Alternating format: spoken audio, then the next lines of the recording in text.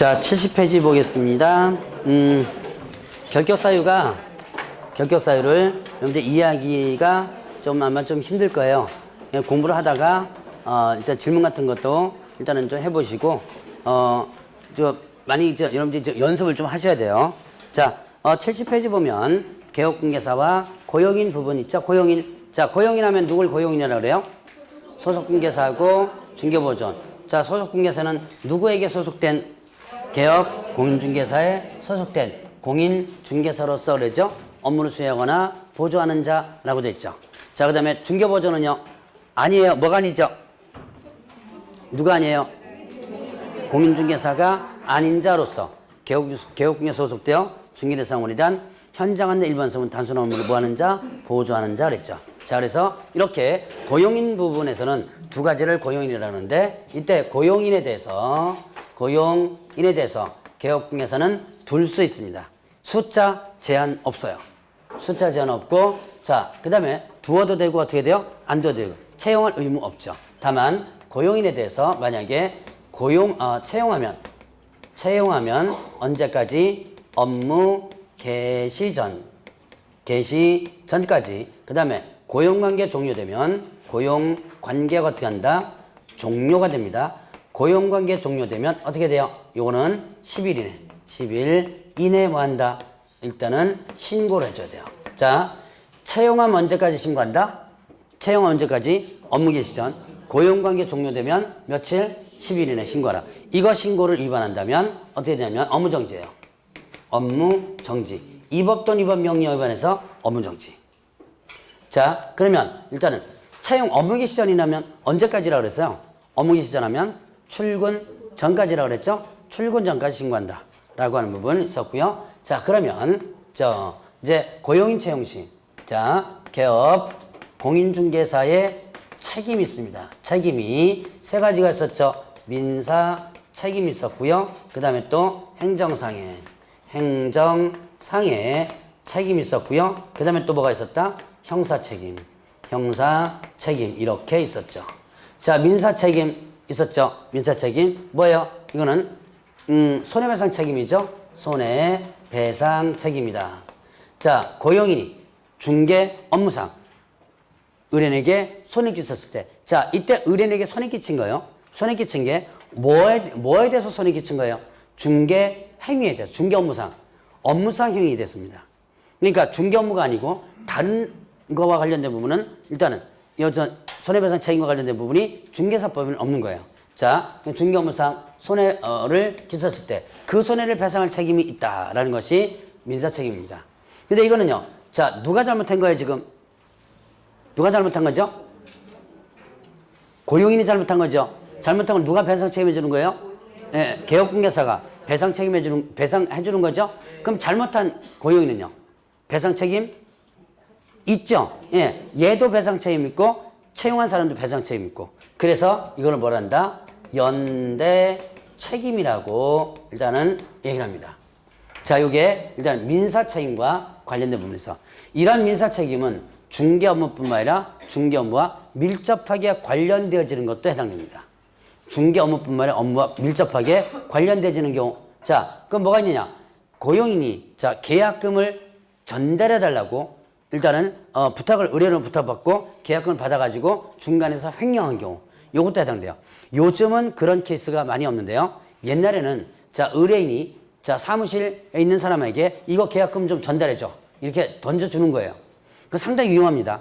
혹시나 지금도 그런 사람이 있다면 이거는 여러분들 상당히 위험해요. 그러면 때 보조원이 이걸 받아가지고 전달해줘야 되는데 이걸 중간에서 떼먹었죠? 이거 먹어야 된다. 이것도 배상 책임이 있다. 중개인과 밀접하게 관련되지는 행위다라고 합니다. 자, 그러면 이제 행정사 책임 보죠. 고용인의 업무상 행위는 누구의 행위로 본다?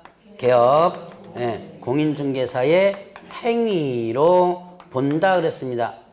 자, 고용인의 업무상 행위는 개업공행위로 본다.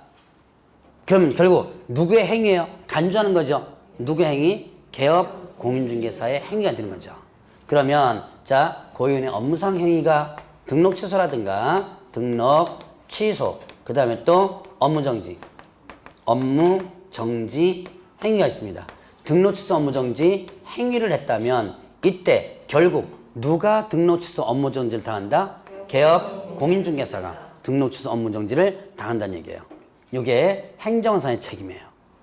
자, 그러면 이제 형사 책임을 씁니다. 고용인이 이 법을 위반해서 형벌사항에 해당됩니다. 고용인이 이 법 위반해서 형벌사항 뭐죠? 1-1과 3-3이죠? 형벌사항이 될 때 그를 벌하는 외, 얘도 벌하는 외, 누구도 같이 벌한다? 자, 개업 공인중개사도 같이 벌한다 그랬죠? 어떻게 돼요? 동조에 규정된 뭐를 구한다? 벌금형을 구한다 그랬죠? 자, 동조 규정된 벌금형을 구한다 그랬습니다. 자, 만약에 고용인이 1년 이하 징역 또는 1천만 원 이하 벌금 행위를 했어요. 이 법 위반해서. 그러면 그를 벌하는 외, 얘는요, 징역형을 보내든지 벌금을 물리든지 이렇게 되겠죠? 개업공개서도 간다. 동조 규정된 벌금형 1천만 원의 벌금형을 구하는 거예요. 이 양벌 규정은 자, 조심할 것. 다른 법 위반해서는 해당 없습니다. 뭐에 대해서만? 이 법이에요. 중개사법. 그 다음에 형벌입니다. 과태료는 해당 없어요. 자, 다른 법과 관련된 법은 양벌 규정 적용되지 않는다. 그 다음에 또 이 형벌은 뭐만? 일단 형벌만. 형벌하면 1-1, 3-2죠? 자, 과태료, 질서벌은 해당이 없습니다. 자, 그래서 그런 거 조심하시고. 자, 그러면 이때 보죠. 이렇게 벌금형을 선고받는데, 자, 개업공개사가 양벌 규정에 의해서, 이게 뭐예요? 양벌 규정, 양쪽을 벌하는 거죠? 양벌 규정에 의해서 벌금형을 선고받습니다. 그러면 바로 전 시간에 배웠던 거, 자, 결격사유에 해당될까요, 안 될까요? 300만 원 이상 벌금형 선고받았습니다. 양벌 규정에서. 그럼 결격사 해당? 안 된다. 왜? 내가 직접 잘못해가지고 벌금을 선고받는 게 아니죠. 그렇기 때문에 자, 여기서는 일단은 300만 원 이상 벌금을 선고받아도 결격사유는 해당되지 않는다. 그 다음에 또 양벌 규정 자체가 적용되지 않는 경우 있었죠. 양벌 규정 자체가 적용되지 않는 거 어떤 경우예요? 자, 이 개업공개사가 고용인 행위에 대해서 상당한 주의와 감독을 게을리하지 않았을 때, 자, 상당한 주의와 감독을 게을리하지 않았다 그러면 어떻게 된다? 양벌 규정 자체가 어떻게 돼요? 적용되지 않는다. 자, 여기서 이제 조심할 거 나옵니다.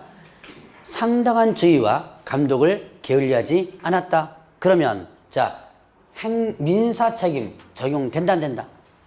상당한 주의와 감독을 게을리하지 않았다. 손해배상 책임 진다 안 진다? 집니다. 상당한 주의와 감독을 게을리하지 않았다. 행정상의 책임 진다 안 진다? 예, 진다. 그럼 뭐만 안 지는 거예요? 예, 형사 책임만. 자, 요거 조심을 해줘야 돼요. 자, 고용인에 대한 부분은 요 정도 한번 정리를 해보고 지나가고요. 이제 나중에 5, 6월 달에는 요거 갖고 하면 사례 문제를 한번 보게 될 겁니다. 자, 그래서 요 정도까지만 한번 구분해보고, 자, 뒤로 넘어갑니다. 중개사무소 부분 보죠. 자, 중개사무소 요건 보겠습니다. 자, 중개사무소 보면, 중개사무소는 어떻게 돼요? 1인 1사무소가 원칙이라 그랬어요. 자, 1인 1사무소, 한 사람은 하나의 사무소에 두지 못한다. 아까 한번 잠깐 얘기했을 겁니다. 자, 그래서 뭐를 금지한다? 2개 이상 사무소 설치하는 거 금지한다 그랬죠. 그 다음에 이동이 용이한 뭐예요? 임시 중개 시설물 설치를 금지한다 라고 했죠.